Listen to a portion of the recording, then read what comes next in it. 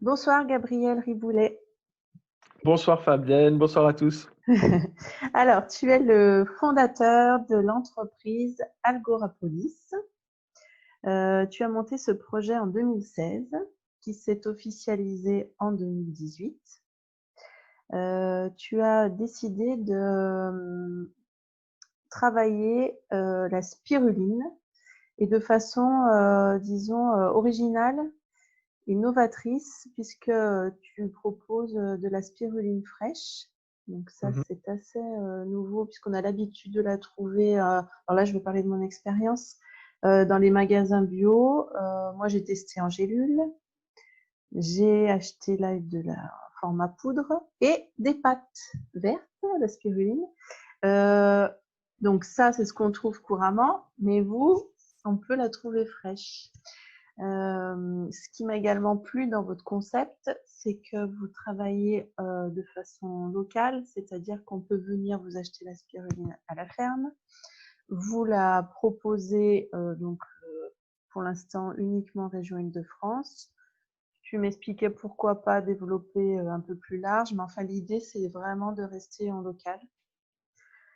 Alors je vais te laisser la parole parce que sinon je vais tout raconter. Donc, je voulais te déstabiliser en te disant que tu étais le king de la spiruline parce que, avec tout ce que tu m'as expliqué, j'ai l'impression de m'adresser vraiment à quelqu'un qui lance un concept très novateur. Et on parlera aussi des tests microbiologiques dont tu m'as parlé qui sont inédits. Alors, je te laisse la parole. Est-ce que tu peux nous expliquer pourquoi avoir choisi spécialement la spiruline? Quel est donc cet aliment pour les gens qui ne connaissent pas? Oui, alors je vais déjà expliquer peut-être très très succinctement ce que c'est la spiruline. Donc la spiruline, c'est une cyanobactérie photosynthétique. Donc c'est ni un animal ni un végétal, c'est avant les animaux et les végétaux.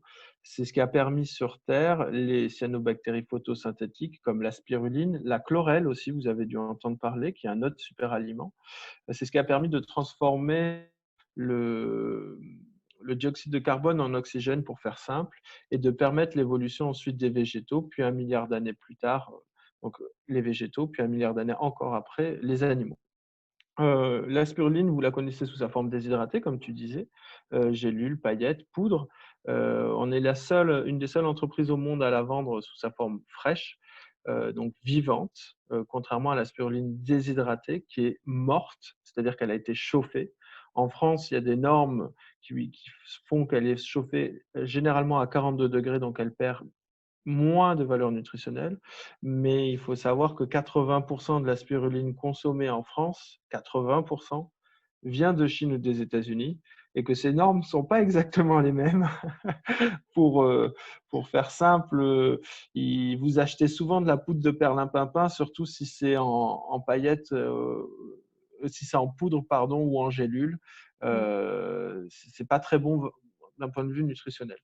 Je ne parle pas du goût de la spiruline déshydratée, qui n'est pas très bon sous sa forme déshydratée, vu que ça a souvent un goût à nourriture pour poisson, du fait qu'il n'y a pas que de la spiruline dans ce que vous achetez, il y a d'autres algues en général.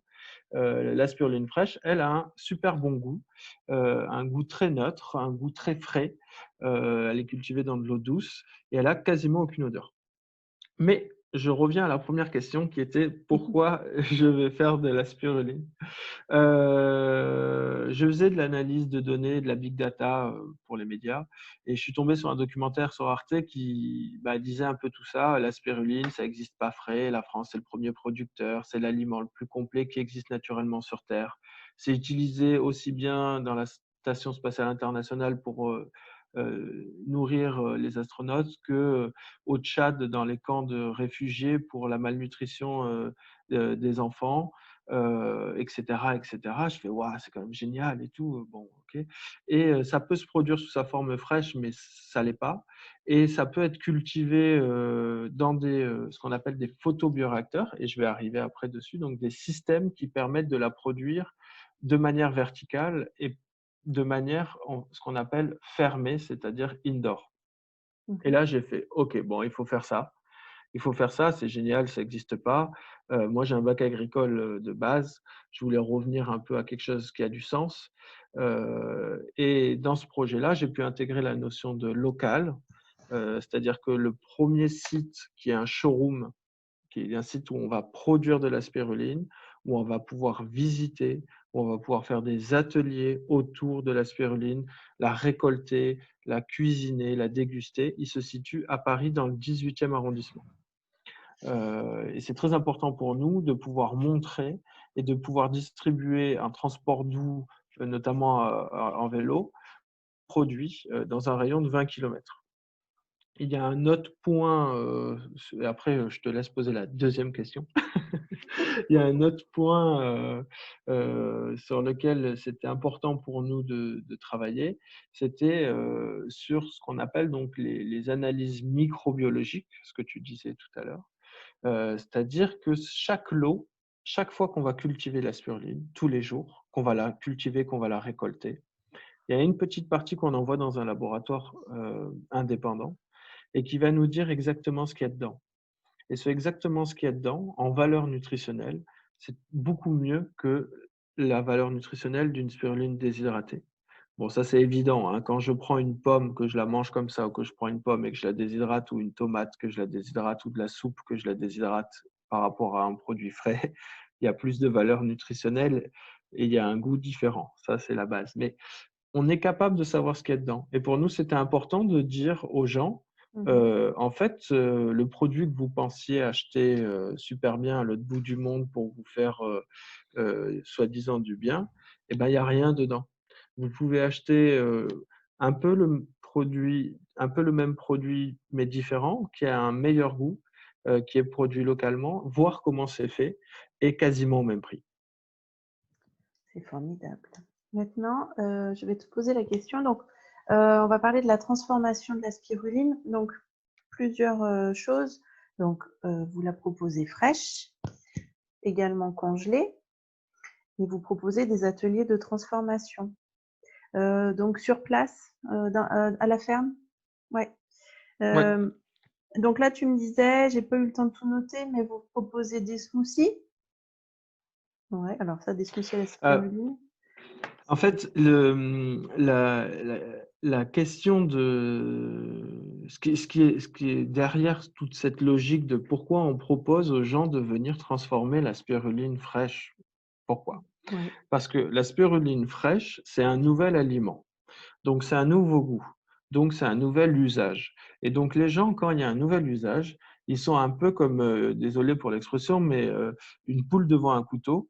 C'est bon, qu'est-ce que je fais de ce glaçon de spiruline? Qu'est-ce que je fais de ce tartinable, cette pâte de spiruline fraîche? Le produit est génial, c'est super, l'entreprise est cool et tout, mais je ne sais pas quoi faire. Du coup, il faut donner des idées aux gens et il faut les accompagner. On accompagne les professionnels, on accompagne les blogueurs, on accompagne les youtubeurs, on accompagne les restaurateurs, voilà. Mais aussi le particulier qui veut découvrir.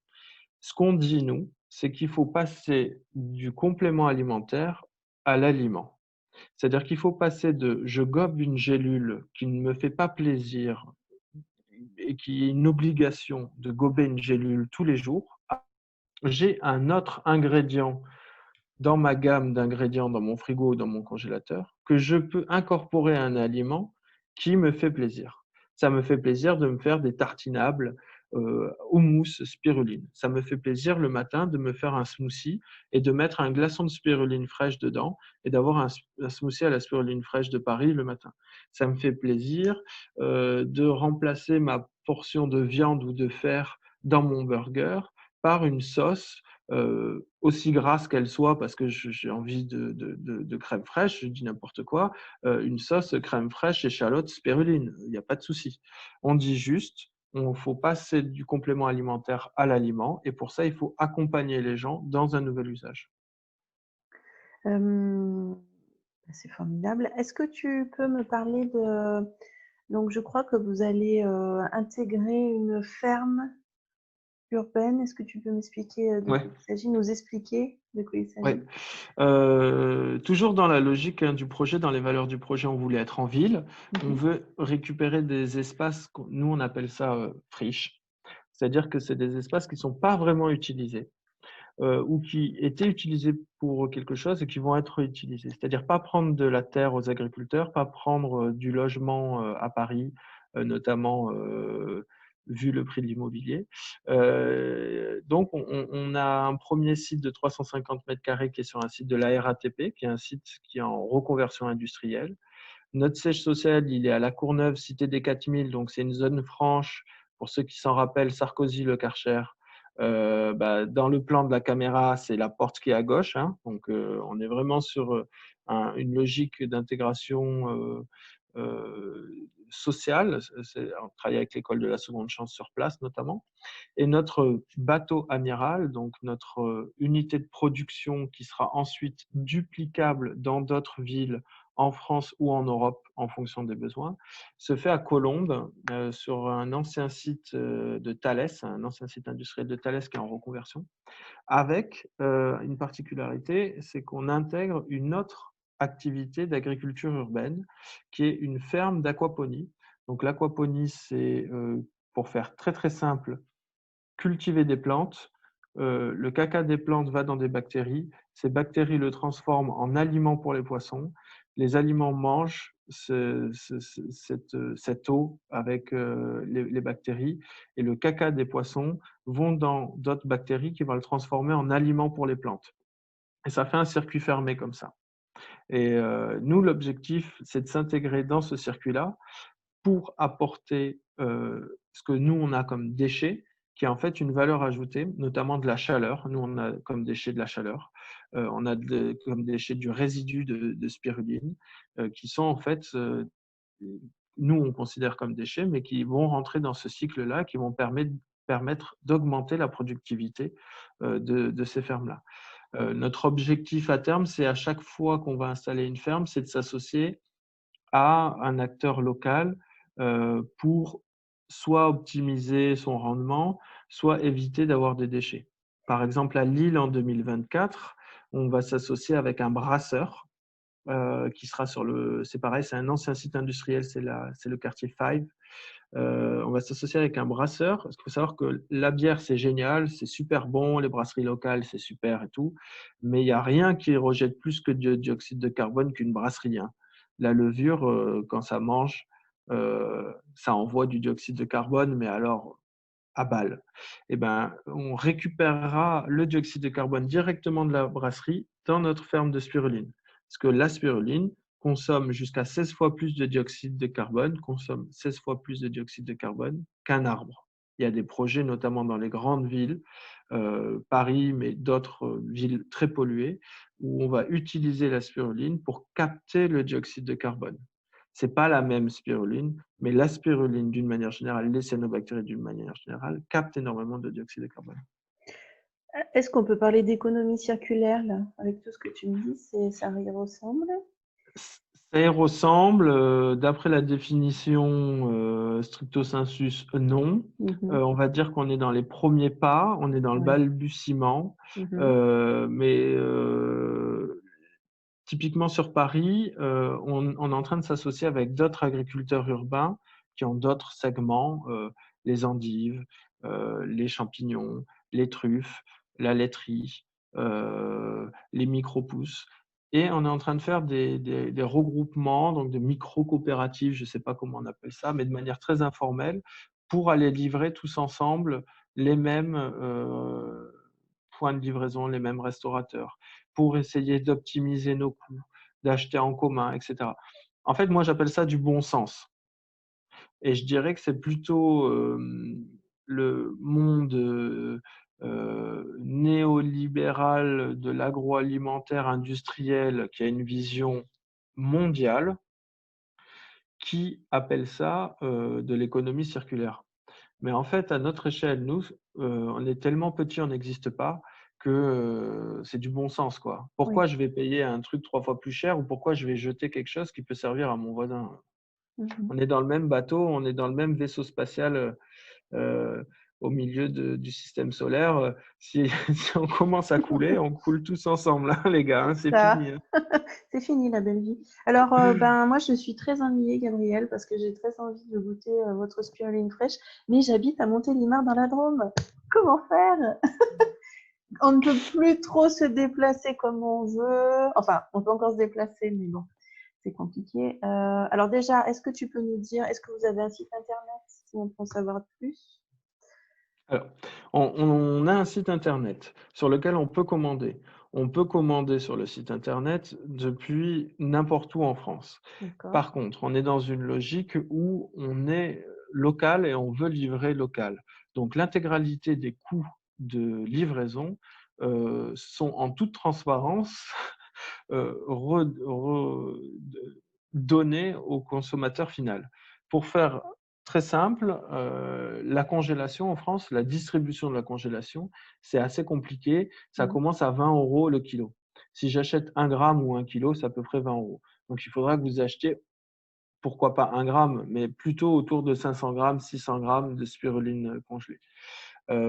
Sur la spiruline fraîche, on va éviter de livrer